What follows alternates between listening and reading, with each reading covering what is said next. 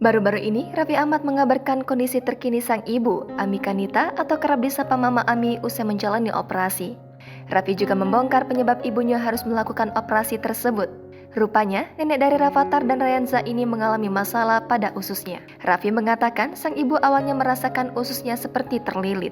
Hal ini kemudian membuat sang ibu tak kuasa menahan sakit hingga akhirnya memutuskan untuk melakukan operasi.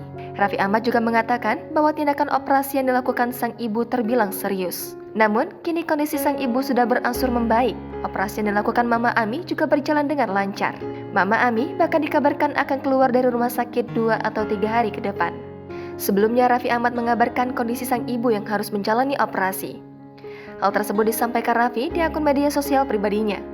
Dalam unggahannya itu, Raffi Ahmad memohon doa untuk kesembuhan sang ibu. Terlihat Mama Ami terkulai lemas di atas ranjang rumah sakit lengkap dengan selang infus di tangannya. Bahkan sederet selebriti ikut serta mendoakan Mama Ami yang sedang dirawat itu. Di postingan lain, Raffi Ahmad juga menunjukkan detik-detik Mama Ami dibawa petugas medis ke ruang operasi. Sang istri, Nagita Slavina pun terlihat juga menjenguk mertuanya itu. Nagita tampak datang bersama kedua putranya, Rafattar dan Rayanza.